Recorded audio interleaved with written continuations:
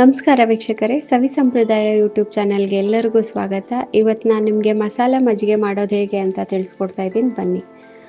ಮೊದಲಿಗೆ ಒಂದು mixie jar ತೊಗೊಂಡು ಶುಂಠಿ, ಕೊತ್ತಂಬರಿ ಸೊಪ್ಪು,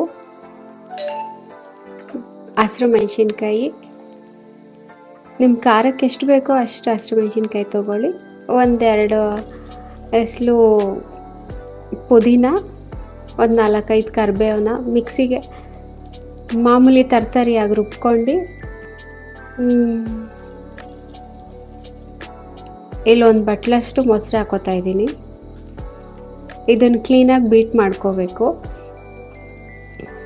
ಬೀಟ್ ಮಾಡಿಕೊಂಡ್ರೆ ಅಂದರೆ ಮೊಸರು ಕ್ಲೀನಾಗಿ ಕ್ರೀಮಿ ಥರ ಬರುತ್ತೆ. ಇಲ್ಲಾಂದರೆ ವೈಟ್ ಪ್ಯಾಚಸ್ ಅದೇ ಥರ ಇರುತ್ತೆ ಮಜ್ಜಿಗೆಯಲ್ಲಿ. ಈ ಕ್ಲೀನಾಗಿ ಮಿಕ್ಸ್ ಮಾಡ್ಕೊಂಡ್ಮೇಲೆ ನಾವು ರುಬ್ಕೊಂಡಿರೋ ಅಂಥ ಮಸಾಲ ಹಾಕ್ಕೊಳ್ಳೋಣ.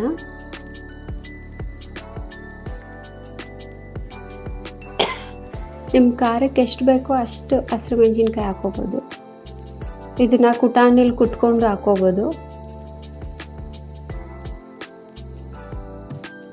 ನೀರು ಎಷ್ಟು ಬೇಕೋ ಕನ್ಸಿಸ್ಟೆನ್ಸಿ ನೋಡ್ಕೊಂಡು ನೀರು ಹಾಕ್ಕೊಂಡು ಕ್ಲೀನಾಗಿ ಮಿಕ್ಸ್ ಮಾಡ್ಕೊಳ್ಳಿ. ಈಗ ರುಚಿಗೆ ತಕ್ಕಷ್ಟು ಉಪ್ಪು ಹಾಕ್ಕೊಳ್ಳಿ.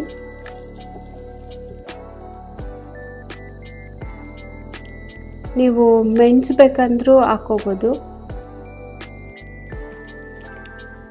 ಕ್ಲೀನಾಗಿ ಮಿಕ್ಸ್ ಮಾಡ್ಕೊಳ್ಳಿ.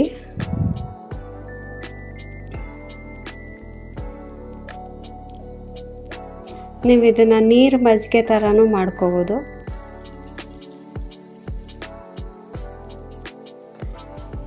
ತುಂಬ ಚೆನ್ನಾಗಿ ಬಂದಿದೆ.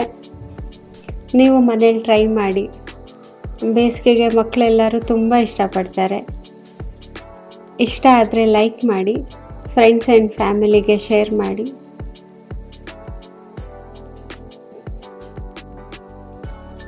Thank you.